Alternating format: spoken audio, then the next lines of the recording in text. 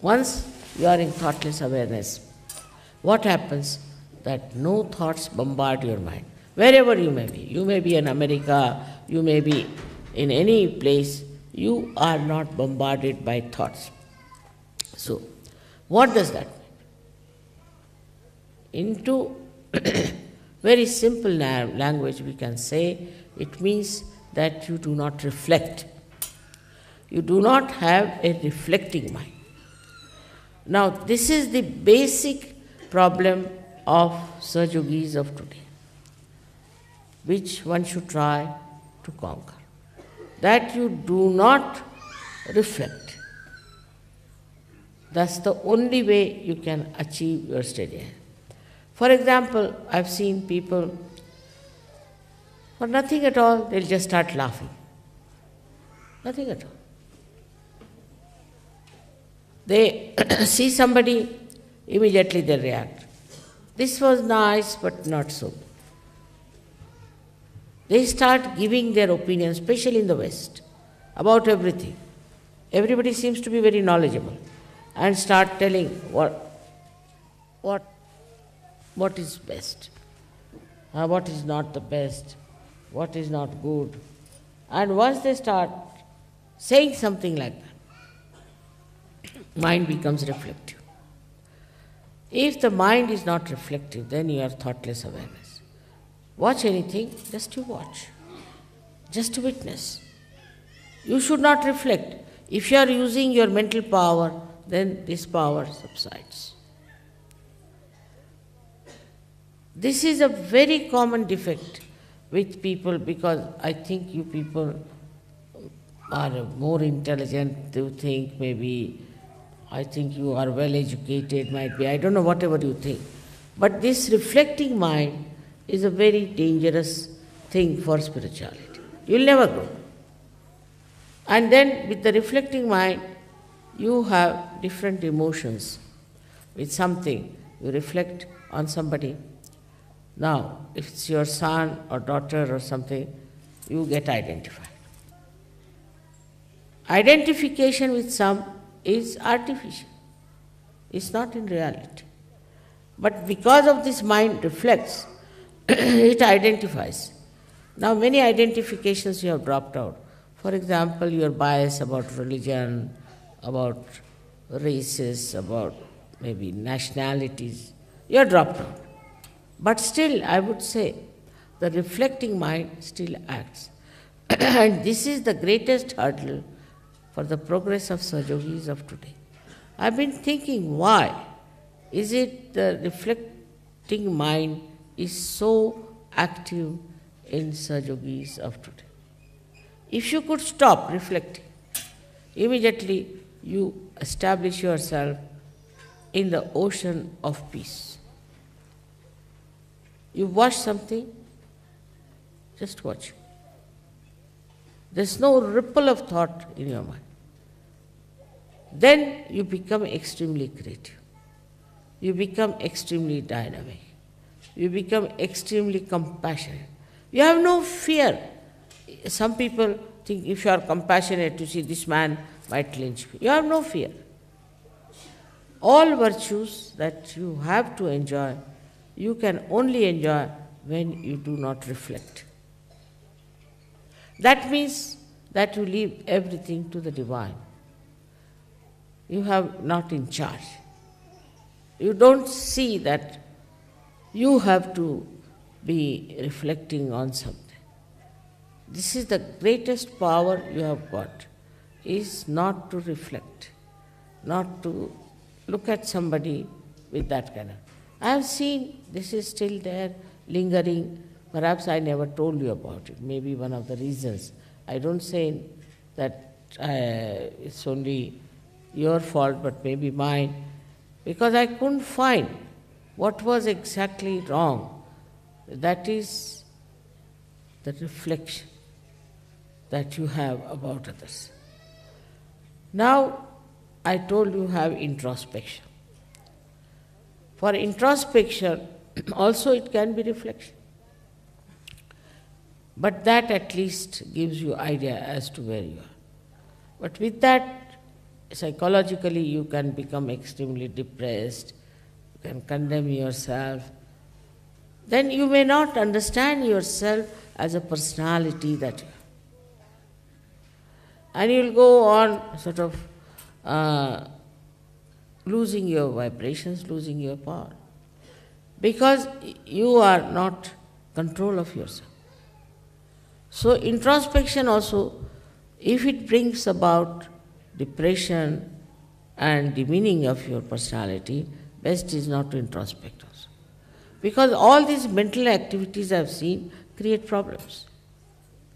But in a state where you are thoughtlessly aware, introspection comes to you automatically. You see it automatically. You understand it automatically. You do not think about it. It just comes to you. The whole picture comes to you and you are at peace with yourself. You are never in turmoil, never in trouble. Then you don't get angry, then you do not argue, then you do not discuss, but you become as if dropped into the ocean of awareness. And you don't have to worry as to solve something. When you are reflecting, then you find that this power works. Now it becomes very contradictory to say that you have to project and you don't have to reflect. Now when we reflect, we absorb. When we reflect on something, we absorb that thing. And mostly our attention goes to the defects of others. This person is no good, that is not good, this is the hair not all right, the sari is not all right, this, that, and all nonsense. So what are we doing? We are absorbing all the bad things also. Now when you start admiration of something, then what happens? That you may not get the bad things, but at least you are on a better line. But still, the admiration in thoughtless awareness is really very deep. I saw this in the eyes of this great scientist. Absolutely, he was just one with me, and his eyes were like an ocean of peace. He was just looking at me. And for quite some time. And then he came to his thoughts and he told me that this is what we can do with your photograph. So the depth in you will only come when you do not reflect. But it's very common with human beings, especially in the West. This carpet is no good, that is no good, this smell is coming, that is there. Always trying to judge others. Judge other things, which is important. What is so important? If you are sitting in the garden of heavens, what does it matter? Where you are sitting, what you are doing. This sets in, this reflection sets in waves of thoughts in our mind. I have already once described it by drawing, how the energy that falls on the right side goes to the left side, and the falls on the left goes to the right, crosses over because of two types of cells we have. Then out of this energy that goes to the right, the energy that goes to the left, it is sucked in partly into the sympathetic. Now whatever is left out is the one that reflects. That is the way it goes on reflecting. Now if you can suck in all that energy and put it on our sympathetic, then all our energies will be thousandfold much more. Will not be tired, will not be unhappy, will be able to stand lots of nonsense. But will not call it a nonsense, will not think it's a bad thing, so it has no effect on us. This quality we have to develop. I would say with this today's special celebration of Navratri. Like yesterday you saw the Durga's 9 forms also. In that is one is Kushmanda, as this was told. That you absorb all the filth within yourself, in your stomach. But Devi does that, not you. What a Devi can do, you should not do. That's her job.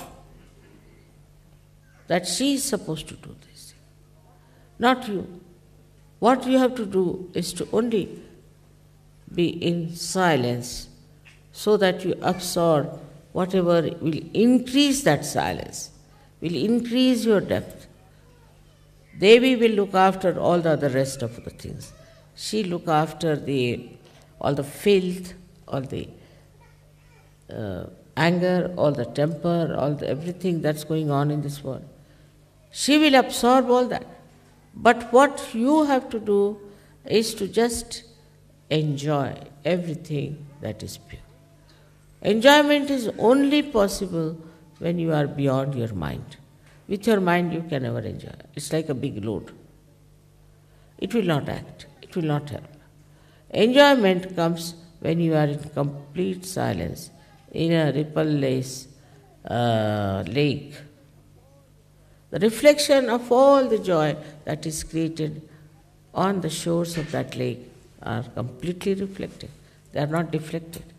If there were ripples, it would have been a different image altogether and would have been something nowhere near the image of reality. So one must have a mind which is kept lower than reality. In the reality, actually, it is nothing but peace and joy. Now, a mother's desire is always that children should have nothing but peace and joy. No sufferings, no starvation, no ordeals, nothing. They must just enjoy. Now those days are gone. But even to enjoy this, even to live in that complete peaceful state, you have to be non-reflective. Now you watch yourself.